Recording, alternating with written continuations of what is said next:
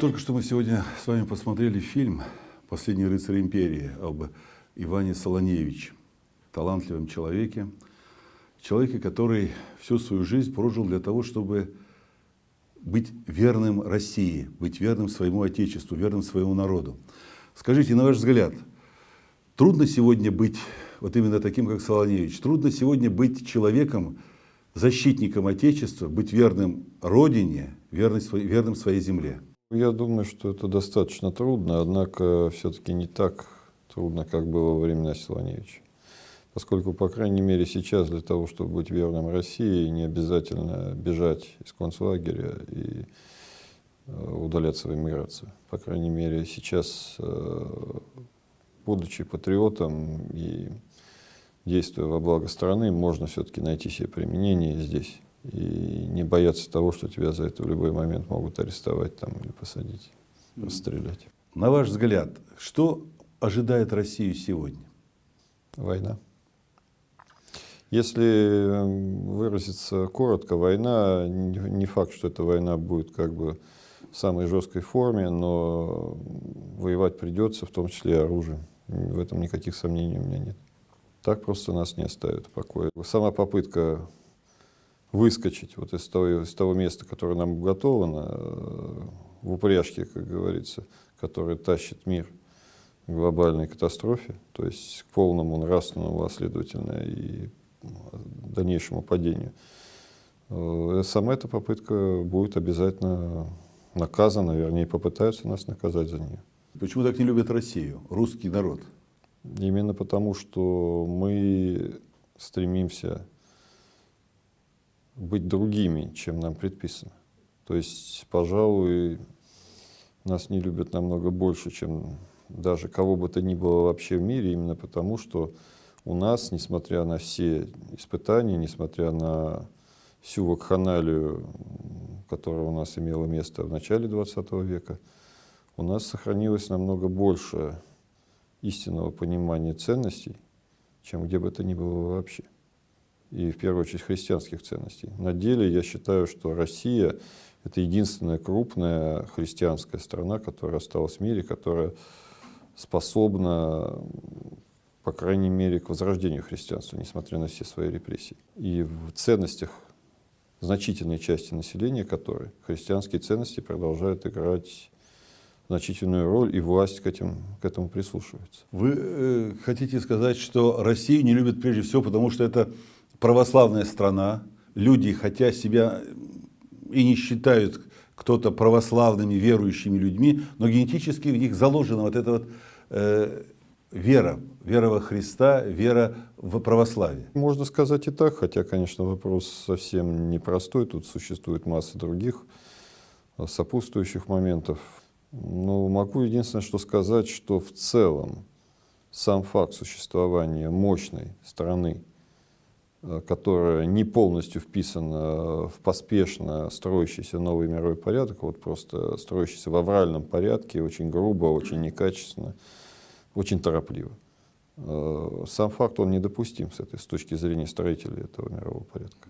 То есть сам факт того, что Россия, пусть даже еще не возродившись, но имеет шанс на возрождение именно в качестве суверенного государства, он неприемлем. Отсюда такие атаки с целью, во-первых, не допустить возвращения России к своей традиционной роли в мире и восстановления России как альтернативы тому, что строится сейчас. Сейчас очень популярно, когда говорят о Китае, как стране, которая способна противостоять Соединенным Штатам.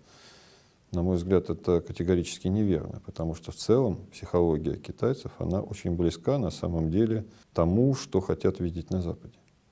То есть очень ограниченная духовность и крайняя приверженность материальным ценностям. Если Запад видит в России, становление нового, вновь могущего государства, то именно это вызывает у них, так скажем, противодействие. Да, во-первых, только говорить о том, что Россия это восстанавливается как новое могучее государство, мы пока еще не можем, хотя попытки к этому явно есть.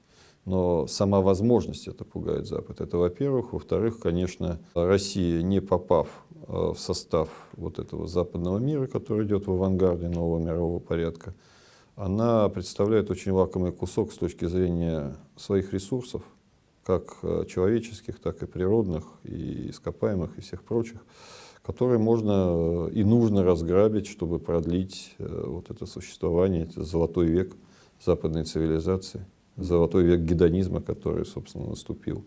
Был народ Российской империи, был советский народ, вот сейчас народ Российской Федерации России. Вот эти все три разные народа, или вы все-таки видите в них что-то одинаковое есть? Ну, я вообще не считаю, что есть какие-то отдельные народы.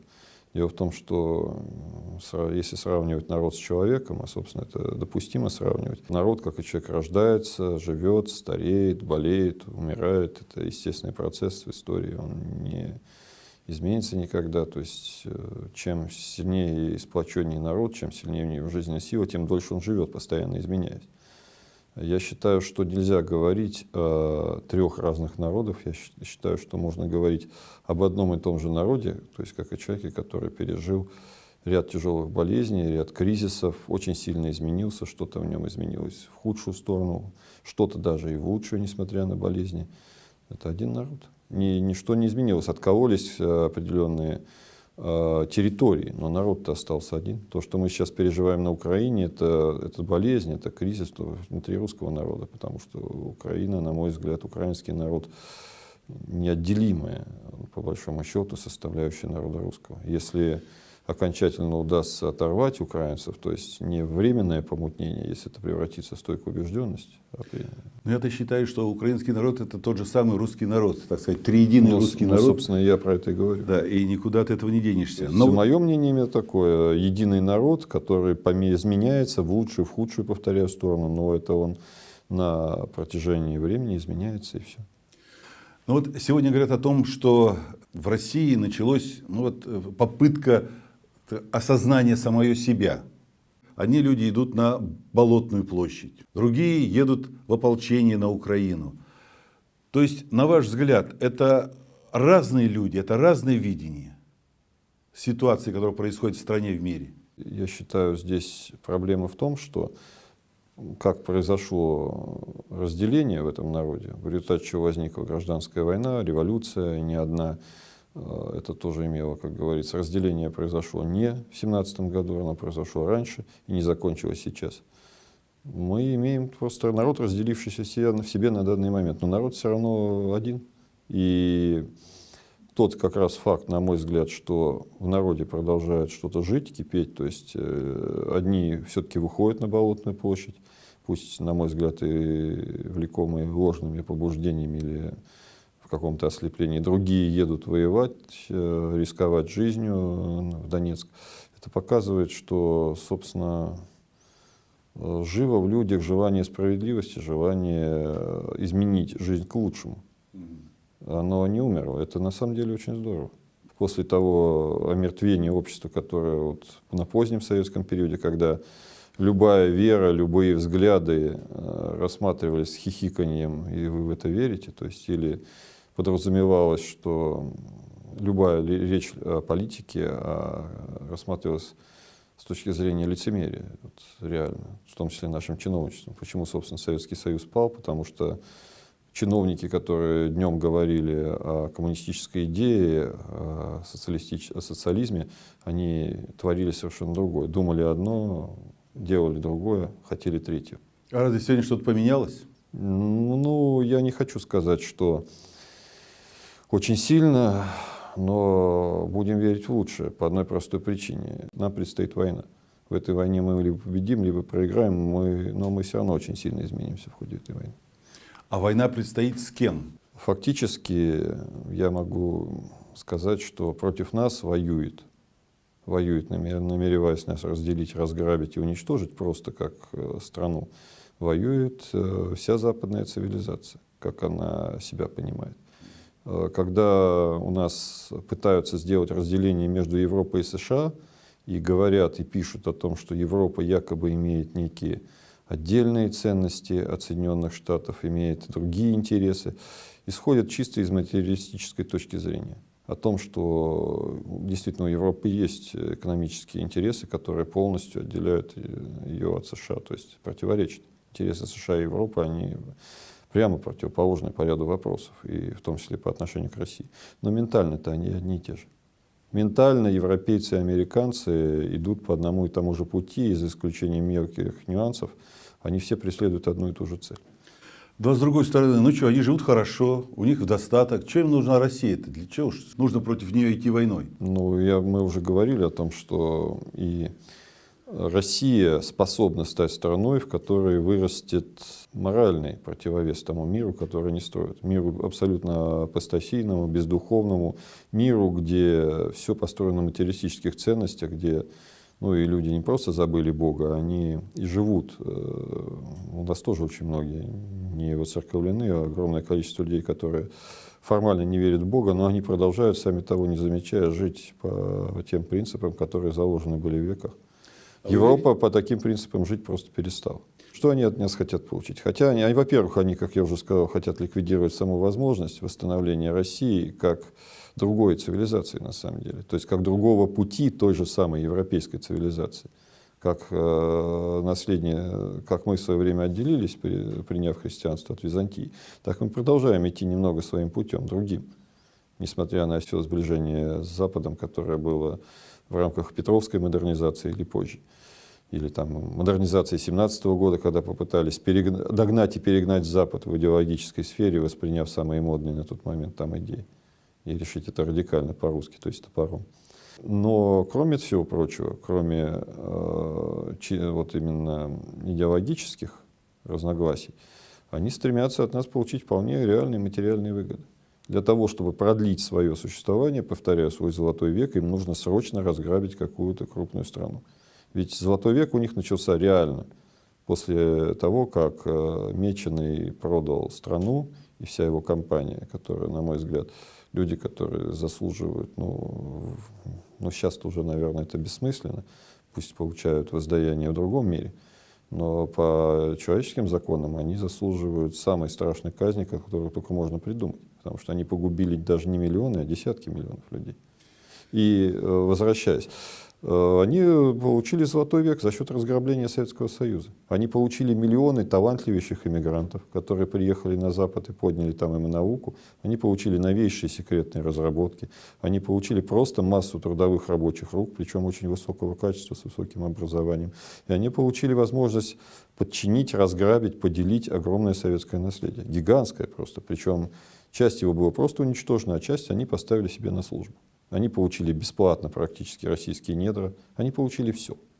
Как только страна, как только люди, совершенно оболваненные, совершенно не готовые к новой идеологии западной, восприняли золотого тельца в качестве мерила всего, они сразу получили власть над всей страной. Это был огромный кусок для западного мира. Они такого даже не ожидали. Они получили то, что не смогли даже в 17-м получить. Хотя рассчитывали. И сейчас они хотят то же самое сделать с остатками России. Им уже мало того, что у них есть. Им нужно срочно грабить нас второй раз. Или третий. Вы считаете, что Россия пробуждается, это настораживает Запад. И, на ваш взгляд, мы сможем построить в России общество справедливости, общество добра, общество Христа? То общество, которое бы стало примером для других народов. Вы задаете вопрос, на который не может быть однозначного ответа, сможем мы или не сможем. Теоретически такая возможность, я считаю, имеется. Только единственное, что мы не должны ни в коем случае, на мой взгляд, зацикливаться на какой-то конкретной идеологии и действовать по каким-то лекалам, которые жестко ограничены. Мы должны воспринять весь свой и положительный, и отрицательный опыт, его переоценить, который у нас был. Россия прошла через такое огромное количество испытаний, через такие страшные войны и революции. Она не для того, чтобы просто это все кануло в лету и было забыто. Хотя сейчас как раз делается все для того, чтобы люди жили бездумно и жили одним днем и не помнили не только о далеком прошлом, но и о недавнем. Собственно, в этом весь смысл современной пропаганды всех масс-медиа, когда очередная шутка живет не больше одной недели, а кроме шуток ничего нет. Я считаю, что возможность такая есть. Но для этого необходимо очень серьезно работать и многим работать, и в том числе для этого требуется очень много усилий не только простых людей, но и власти. Я вспоминаю слова Христа, когда Он сказал о том, что если ты не холоден, не горяч, то я исторгну тебя из уст моих. Вот эта теплохладность, она, на ваш взгляд, изживается в нас сегодня или все-таки преобладает? Я думаю, что она не изживается и не преобладает, она является исторически уделом значительной части людей, потому что, на мой взгляд, вся человеческая история, она делается относительно небольшой группы людей. То есть 10-15%, которые живут общественной жизнью. А вопрос заключается в том, что вот как раз для элиты, то, что называют элитой общества, это я не говорю про современную элиту, это то, что у нас возведено в состояние элиты, ей, естественно, не является. Вот для них как раз должно быть именно характерны такие, типа, или быть горячими, или холодными, то есть иметь определенную точку зрения. А что же касается именно того, как сейчас происходит, то я же еще раз повторяю, у нас сейчас кризис. Мы сейчас дошли до очередной точки жесткого кризиса. И жить дальше так, как мы жили 23 года, случившееся после 91 года, просто общество не может. В той или иной степени все сильно изменится. И многие, кто не хочет определяться, кто живет сейчас обыденной жизнью, через какое-то время будут вынуждены это сделать. Определяться. Выбор. Или ты пойдешь направо, или пойдешь налево. Или ты с добром, или со злом. Ну, в том числе, да. Хотя, конечно, может быть подсунут ложный выбор. Да, но человека для этого и должен рассуждать и подумать, как все-таки, ложный это выбор или нет. И кто меня зовет, куда зовет и для чего зовет. Какой бы вы хотели видеть Россию? Ну, вопрос очень сложный, очень широкий. Я хотел бы видеть Россию великой страной, которая живет по своим собственным законам. Я считаю, что Россия как раз как самодостаточная, достаточно крупная держава, она имеет еще шанс сохраниться и пережить гибель вот этого так называемого глобального проекта, потому что он, на мой взгляд, сам по себе просто чисто сатанинский. И, конечно, я могу смело сказать, что я хочу видеть Россию вновь объединившейся. По крайней мере, увидеть, что Россия, Беларусь и Украина, вот три насильственно разрезанных большевиками, именно большевиками, как говорится, теми самыми 17 года куска, они наконец сольются снова в единую великую Россию.